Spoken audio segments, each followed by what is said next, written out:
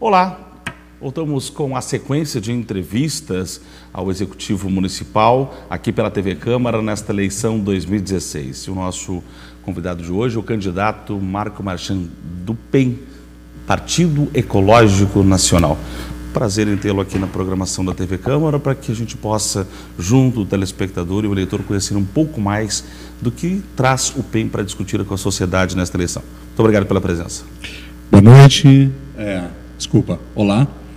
Queria respeitosamente cumprimentar a todos os que estão nos assistindo e a equipe da TV Câmara e procurar de uma maneira mais transparente possível poder lhe responder tudo ao senhor e aos cidadãos e cidadãs que estão acompanhando o programa da TV Câmara. Eu vou aproveitar justamente por uma fala, e aí a gente entra inclusive a partir da fala num tema.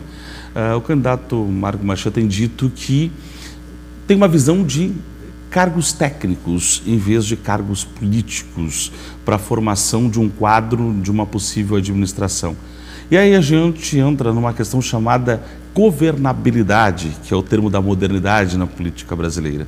Ou seja, a forma como os governos se dão sustentação diante do atual modelo da política brasileira. Como executar uma proposta de uma administração com a visão técnica e, ao mesmo tempo, garantir a chamada governabilidade de uma administração, candidato? Primeiramente, eu gostaria de deixar claro que os países e empresas que ressurgiram, que se levantaram de toda a crise financeira, do atual estado que se encontrava, que não eram bom, foi através de diretrizes altamente técnicas. Pelotas é conhecida pela supremacia do ensino, através das nossas universidades, alunos expoentes, mentes expressivas, de um corpo docente de primeira. Então, nada mais justo que nós governarmos com técnicos científicos, pessoas altamente técnicas, e procurar deixar o sistema partidário de lado, porque certamente, se um sistema técnico altamente pensado, pensar as suas situações, os seus problemas que tem, se ele for deliberado e pensado, ele certamente a chance de êxito é bem maior do que nós compormos quadros técnicos com pessoas meramente partidárias. Então, no ano que nós estamos vivendo, daqui para frente, eu acredito que o próprio mundo, as pessoas de mais discernimentos, elas não querem mais para um gerenciamento, pessoas que não são altamente técnicas, para gerenciar as suas finanças, para cuidar do erário, para manter a soberania da sua cidade, da sua administração, para manter o seu povo tranquilo, para trazer prosperidade. Eu acredito que a única maneira é trabalharmos com pessoas altamente técnicas e não mais partidárias. Eu não poderia pensar diferente, eu venho numa luta muito grande, estou ousando com apenas 9 segundos de televisão, tá? E deixando bem claro também, publicamente, inclusive para os meus, que não existe nenhum cargo, sequer amigos ou alguém que esteja trabalhando comigo na campanha. Então, a gente aceita todo tipo de ajuda, desde que fique claro que não haverá troca por cargos, por ajuda partidária na campanha. Então, a gente defende um modelo assim totalmente transparente para que nós possamos buscar mais prosperidade. Como surgiu o candidato Marco Marchand na vida política e o que levou a ingressar no PEN? Eu sou empresário há 30 anos, tenho 51 anos de idade. Sou professor também da parte docente de ciências mecânicas, bem sucedido no meu trabalho, mas há 4 anos atrás eu comecei a estudar por minha conta sociologia e antropologia. Hoje eu sou acadêmico de ciências políticas, então daqui a pouco a gente já está com mais atributos para poder trabalhar, mas foi uma vontade muito grande de poder inserir o sistema, mexer na raiz do sistema político, administrativo. Eu tinha essa vontade, estava dentro de mim, inclusive tive problemas de família, meus filhos que trabalham comigo, eu tenho 4 filhos, um é engenheiro no Japão, outro trabalha com administração, eu tenho um que está na aviação e o outro está tirando pela Universidade Federais, ciência da computação. Mas 2 de meus filhos me questionaram muito, disseram, poxa pai, nós somos bem-sucedidos, tu tem o teu negócio, tu é muito querido na tua cidade, tu vai te meter no meio da política? Eu disse, olha meu filho, quando tu for mais velho, tu Se tiver mais idade, tu vai entender o pai. Então, por enquanto, só quero que tu compreenda e me deixe eu seguir o caminho, porque, afinal de contas, eu defendo a alternância de governo. Acredito que qualquer governante deve fazer a sua parte por sua cidade. E eu não necessito da política para sobreviver. Eu preciso da política como um instrumento para melhorar a vida do homem. E esse meu desejo de mexer na raiz administrativa, eu precisaria de estar como líder do Executivo, como um instrumento, para que eu pudesse mexer na raiz administrativa, reiterando. Bom, como empresário, como implantar uma filosofia dessa dentro de uma estrutura pública, ainda mais quando os administradores reclamam que os governos, principalmente o governo federal, arrecada muito e retorna muito pouco. E aí se volta a discussão da questão tributária dos municípios, que em alguns momentos precisam mexer na questão, nas alíquotas de IPTU, a própria questão da tarifa da água, que é uma discussão muito polêmica, vai ter criação de taxa do lixo, não taxa do lixo. Qual é a sua visão em relação à questão das finanças e, ao mesmo tempo, dessa questão tributária hoje que envolve o município? Eu gostaria de deixar claro para todas as pessoas que estão nos assistindo que, quando eu falo num governo técnico, às vezes de modelo empresarial, não seria na questão tributária, e sim na questão de administração. Certo. Trabalhar com organizações humanas. É aquele lado que a pessoa tem que cumprir o seu papel, nós temos que valorizar o funcionalismo, mas ele tem que estar ali. Então eu defendo que hoje nós precisamos daquela mão de obra braçal, que vá de tijolo a tijolo, criar calo nas mãos, mas trabalhar em cima das necessidades básicas dos cidadãos, das cidadãs. Então eu defendo que tem que desembarcar da prefeitura todo o sistema que está com vínculo pregatício ali, mas por sistema partidário. Vamos manter os funcionários públicos, os estatutários, os seletistas e trazer organizações humanas. E a segunda pergunta que o senhor me fez foi da governabilidade, quando se vem se trazer um modelo trabalhando em cima de organizações humanas e não mais partidária. Eu defendo que no momento que nós tivermos equipes altamente técnicas, qualificadas, respeitadas, que através de um relativismo moral a gente consiga o respeito da população.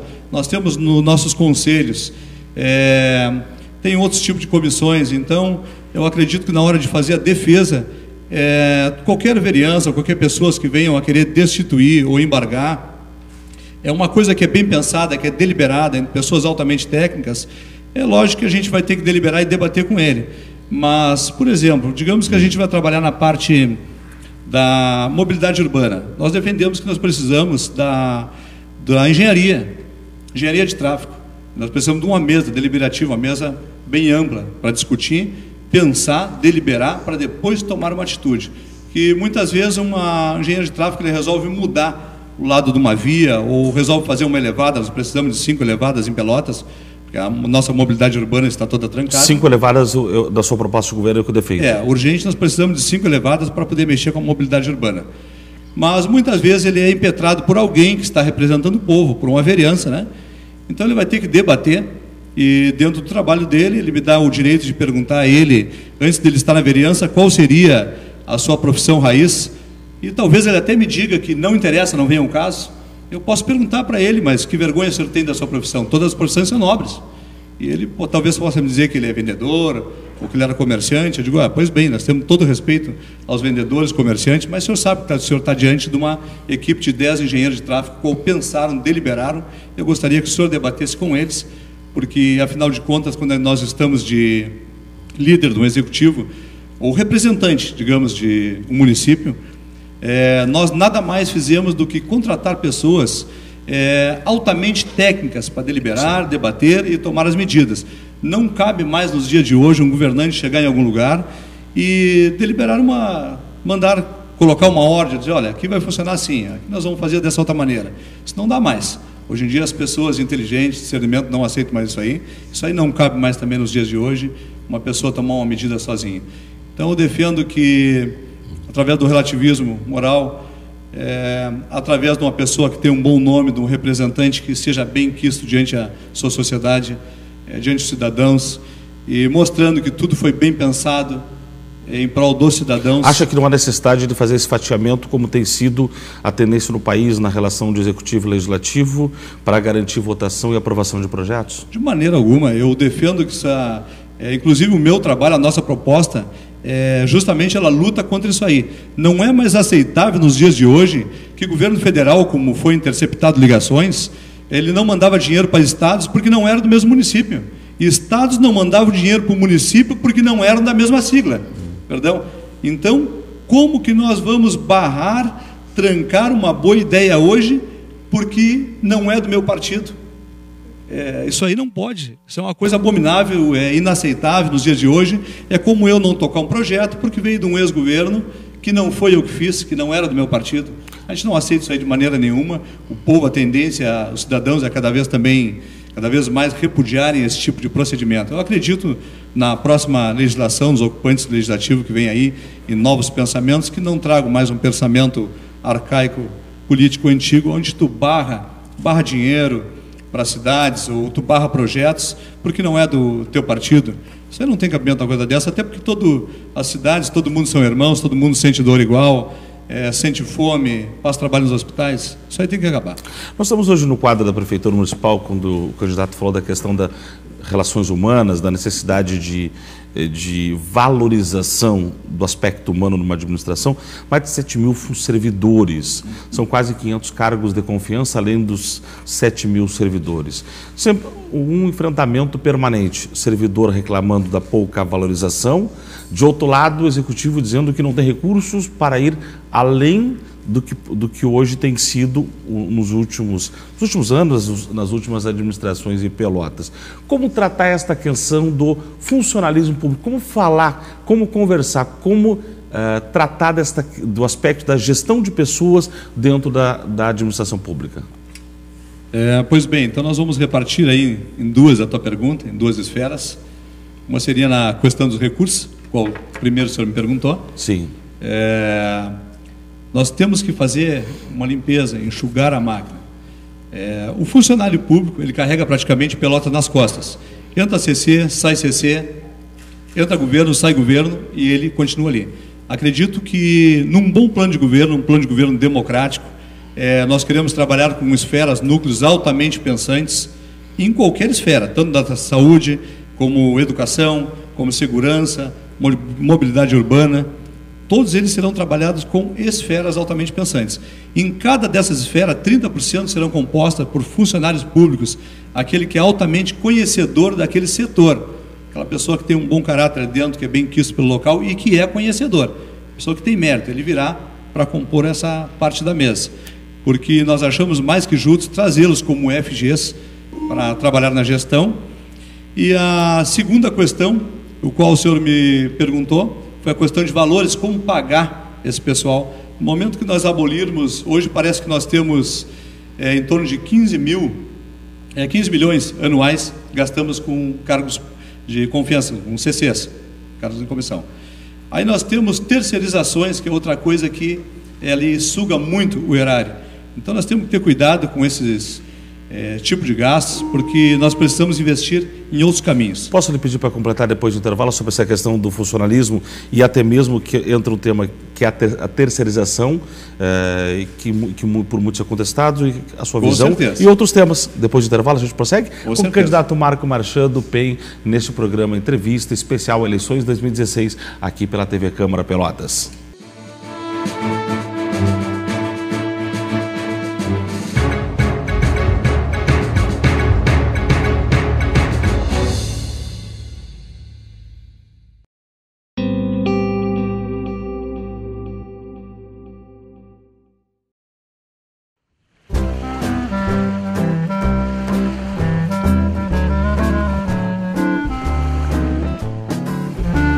TV Câmara Pelotas, cada vez mais conectada com o cidadão.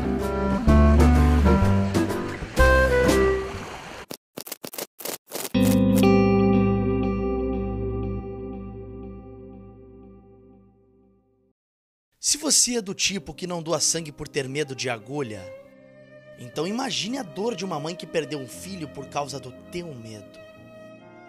Imagine então que sua coragem pode salvar uma vida. Se você é do tipo que não doa sangue por falta de tempo, tomara que você nunca dependa do tempo para viver. Se nós estamos te pedindo, é porque você faz falta. Doe sangue. Uma campanha da Câmara de Vereadores de Pelotas.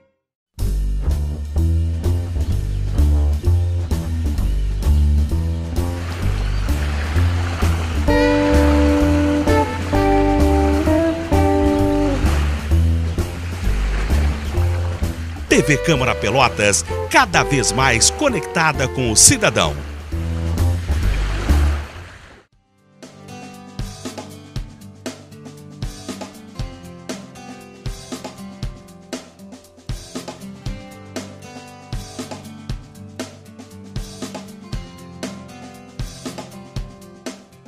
TV Câmara Pelotas, cada vez mais conectada com o cidadão.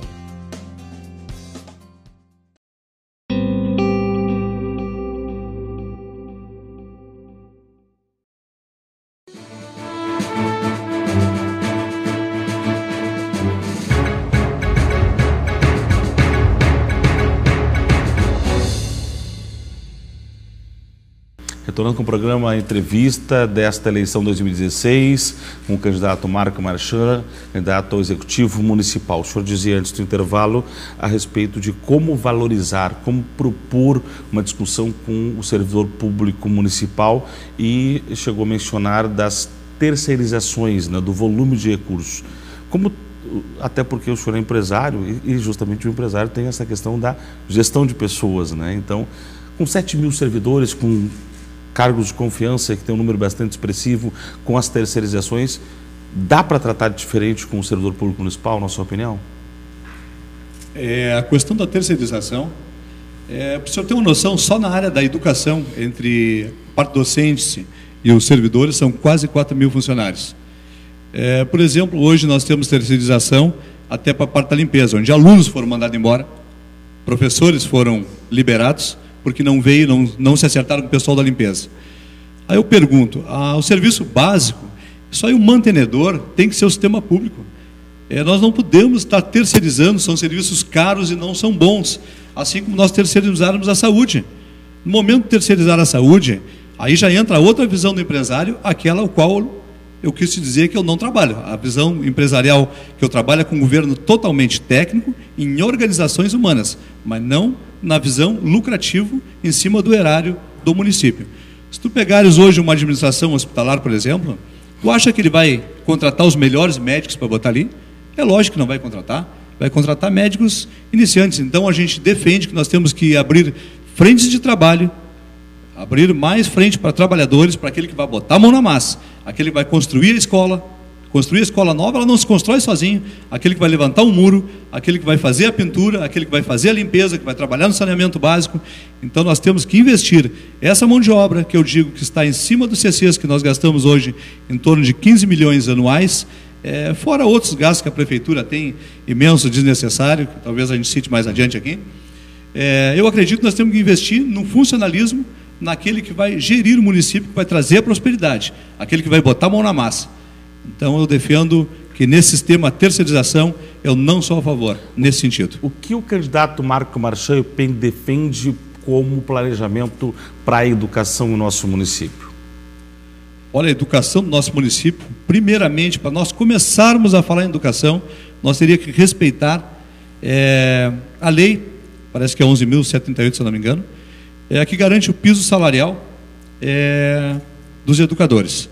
Se nós não começarmos respeitando a lei e não começarmos investindo na educação, qualidade da educação, a parte de escolas, eu visitei as escolas da cidade, eu fiquei realmente apavorado com o sistema, com a qualidade das escolas, enfim, a parte da educação, a parte da jogada de lado, nós temos que investir, valorizar nossos servidores da educação. O senhor é contra a utilização dos contêineres atuais, quando o senhor fala da escola de lata?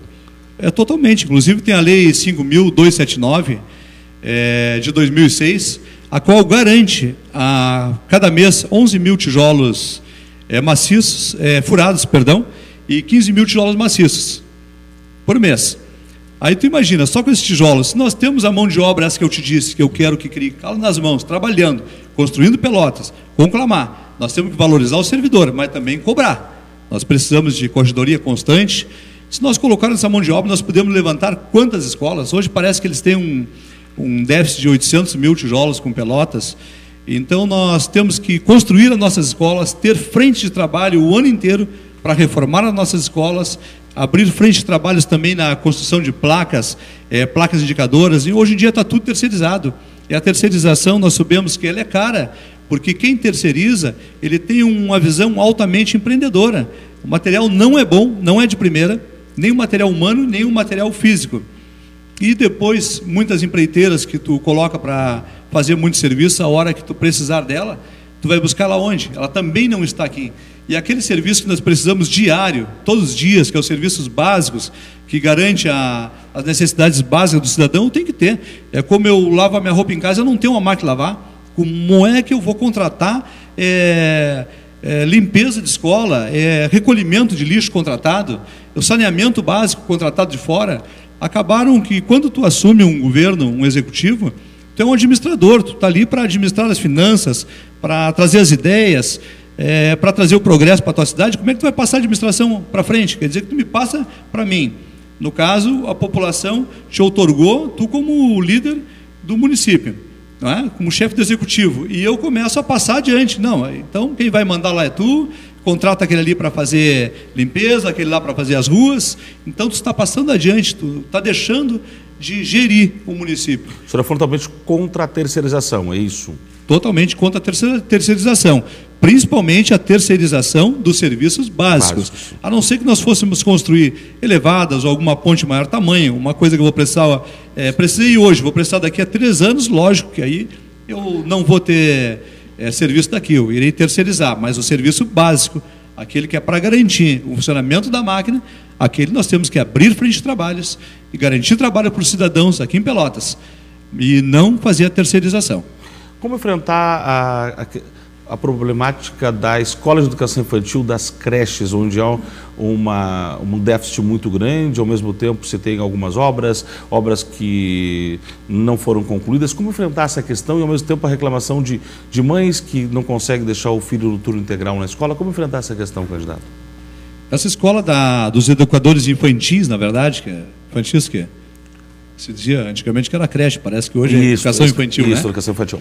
É de extrema necessidade, porque nós já não temos praticamente trabalho para dar para o nosso povo, porque aquela lei 5.100 de 2005, ela não funcionou muito, aquela que aloca locais para trazer empresas e terraplanagem, ISSQN desconto, PTU, uma série de descontos, ela não foi eficaz.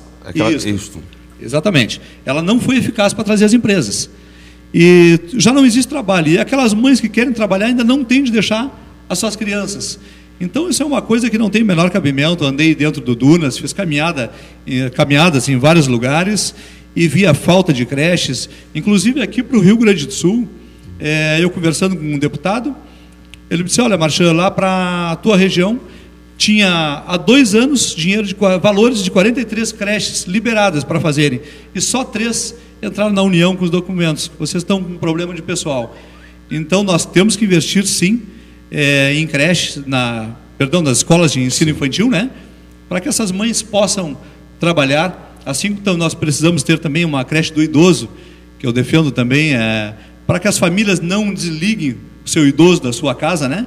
Que eles possam sair na sua jornada de trabalho, deixar o seu idoso e pegar a tardinha, a hora que voltam para casa. Pelo menos o teu idoso, ele janta contigo, toma um café da manhã, ele não vai ficar totalmente isolado, que é um outro problema que as pessoas não estão por conta, é que nós temos que respeitar e cuidar, porque a pessoa que não cuida a tua criança, não cuida o teu idoso, e não é boa para o animal, não vai ser bom para ninguém.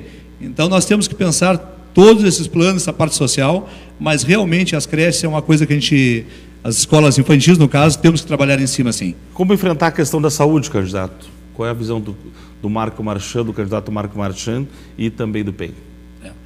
A questão da saúde é uma coisa que eu venho trabalhando bastante, que eu venho estudando há vários anos. Tenho muito conhecimento de pessoas que vivem, que respiram saúde. Inclusive o meu vice, o Oluarbe Alves, ele é psicólogo.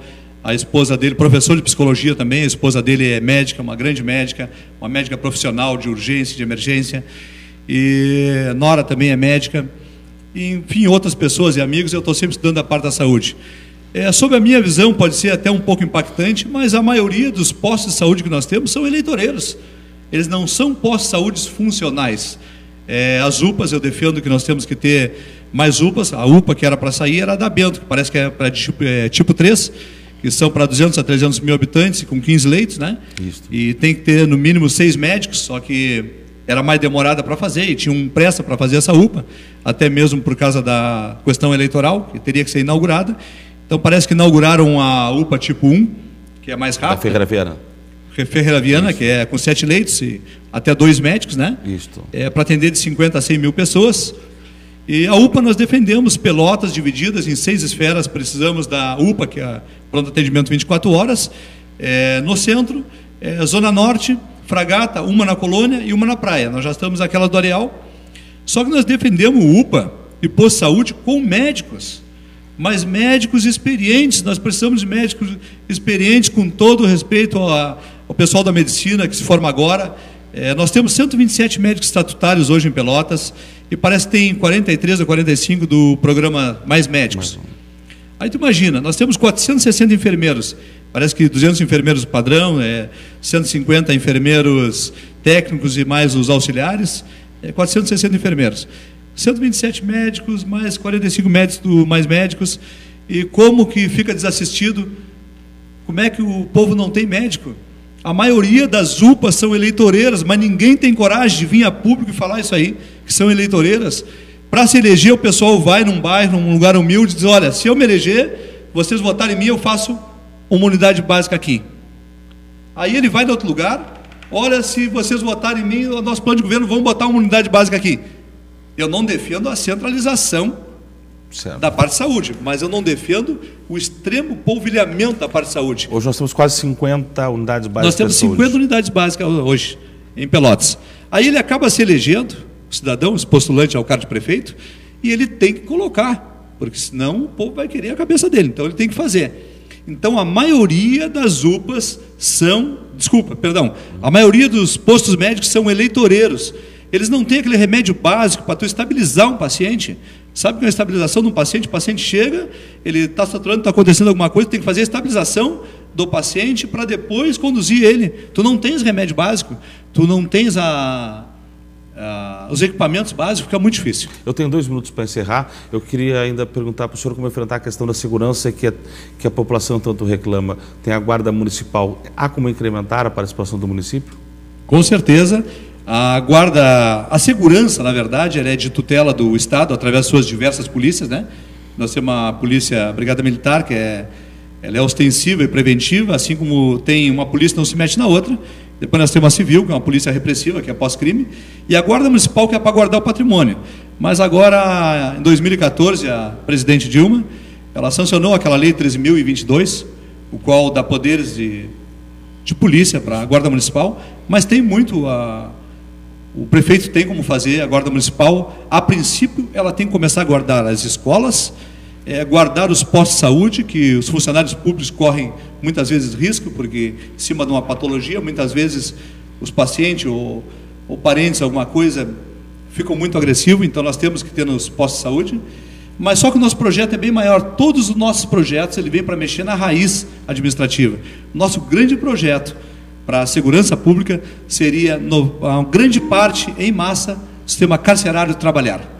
Nós temos 30 segundos para o senhor dizer por que o eleitor deve votar em Marco Marchand e Oluarbe Alves no dia 2 de outubro no Partido Ecológico Nacional. Olha, a nossa proposta de governo, que eu posso dizer para os cidadãos e cidadãs que estão nos acompanhando: nunca espere do Marco Marchand demagogia ou qualquer proposta de governo que subestime a sua inteligência. Todo o nosso sistema de governo será pensado com pessoas altamente qualificadas. Muito obrigado pela sua participação aqui no programa Entrevista da TV Câmara. Sucesso aí nesta empreitada na eleição 2016. Obrigado e obrigado a todos. O programa Entrevista fica por aqui. Nós retornaremos com a próxima edição, conversando com o candidato ao Executivo Municipal, Fábio Tedesco, do PROS. Um abraço a todos e até lá.